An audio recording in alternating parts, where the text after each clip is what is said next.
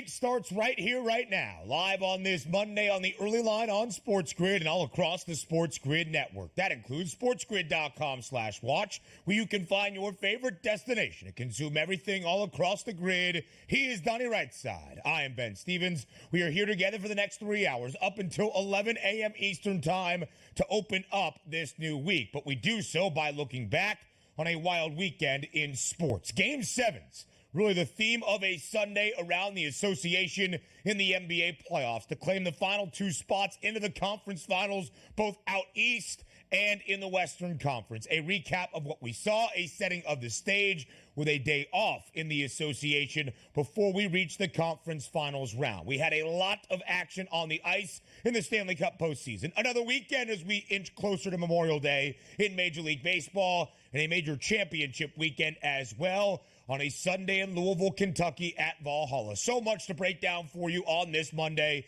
DRS, hello. Hope you had a lovely weekend. Had a fantastic weekend overall, and how about that? Game 7 madness yesterday as the road teams took advantage. We'll talk about the Pacers. We'll talk about the Timberwolves and how they got the job done, and also what's next for both of those teams. And also, sometimes all we ask for in major championship golf is give me an exciting back nine. Make it matter until the final hole, and we got exactly that on the PGA Championship at Valhalla on a pristine, beautiful day down there where everybody was flying darts at the pins. So much fun to watch. And Xander Schauffele, Mr. Top 10, Mr. Top 5, now number 1. Why? Finally picked up that victory. Love it.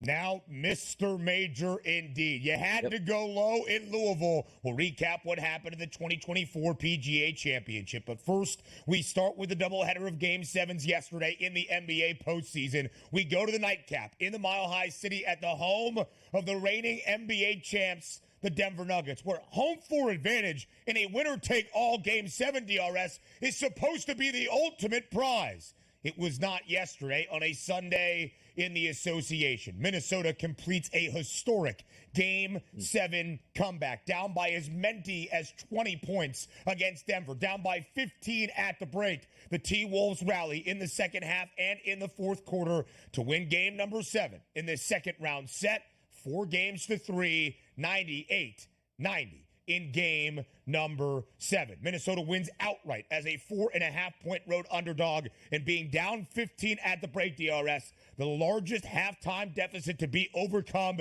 in a Game 7 in NBA postseason history.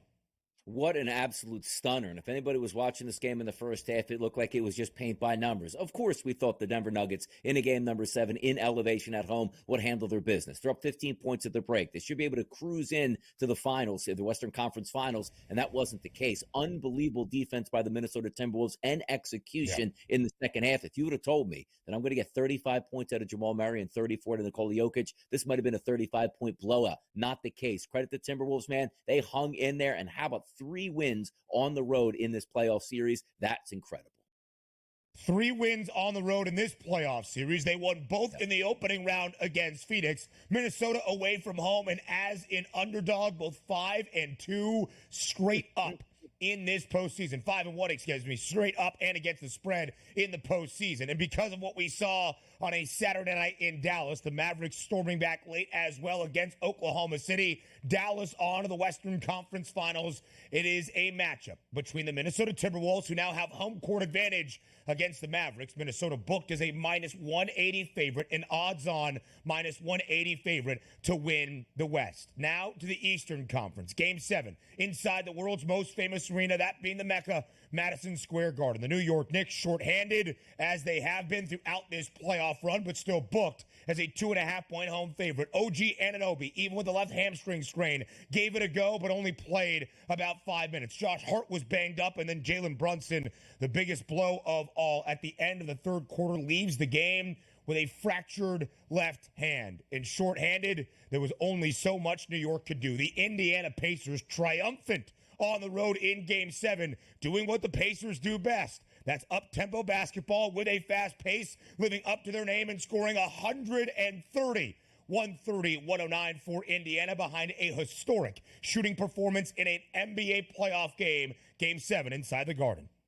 They couldn't miss. They absolutely couldn't miss. 67% as a team. That's incredible for the Pacers. Not only to do that in the playoffs, but to do that in a game 7 and on the road. You're not supposed to do that. Now, they handled their business, and rightfully so, but you saw the New York Knicks, the attrition just wearing down. Game number 6, more injuries piling up. How would that turn into game number 7, where you saw OG Anunoby coming back? We talked about his hamstring injury during this series, and I said there's no doubt about it. He was going to miss games 3, 4, 5, and probably 6, but we are athletes and also that we want to win and be there for our teammates. He only played 5 minutes. You saw he wasn't ready to come back and probably needed at least another couple weeks on that hamstring. But guys want to be out there with their teammates in those biggest moments. Credit him, scored 5 points, which just certainly couldn't give up enough. And then Brunson goes down. You knew it was the end of the road. By the way, shout out Dante DiVincenzo. 39 points in a losing effort, man. 9 made 3-point shots out of 15. It just wasn't enough. Why? The Knicks weren't deep enough here. Sooner or later, those injuries are going to catch up. They finally did for the Knicks.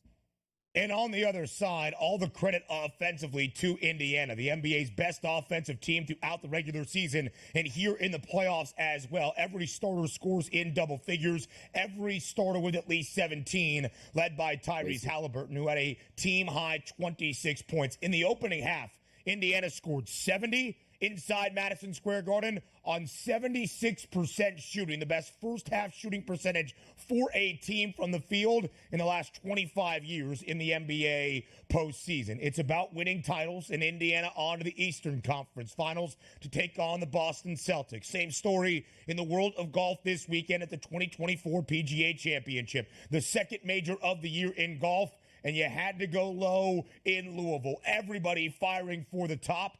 But at the end of it all, for the first time in his career, Xander Schauffele is a major champion. A moment that every young golfer dreams of, DRS. A birdie putt on his 18th and final hole, his 72nd and final hole of a 4-round tournament to win a major championship. And Schauffele drains it. 21 under par, the final score. Xander Schauffele, a major champion for the first time in his career, entered Valhalla this week with the third best price to win the PGA Championship at 14-1. He cashes that ticket.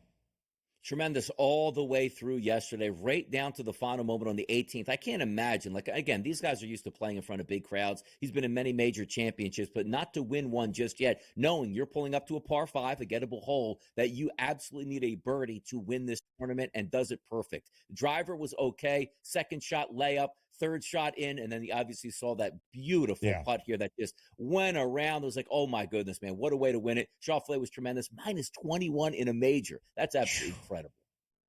Minus 21, and guys behind him like Bryson DeChambeau, who made a Sunday run, and Victor Hovland firing low as well. Much more from the PGA Championship in our second hour. Some MLB news from the weekend. The Dodgers and Shohei Ohtani walk it off in the 10th yesterday. An RBI single that scored the game-winning run for Ohtani. The Dodgers take the final 3 of a 4-game set against the Reds, but no hotter team in the bigs right now, DRS, than the New York Yankees. A 7-2 victory over the Chicago White Sox, make that 7 victories in a row for the Pinstripes.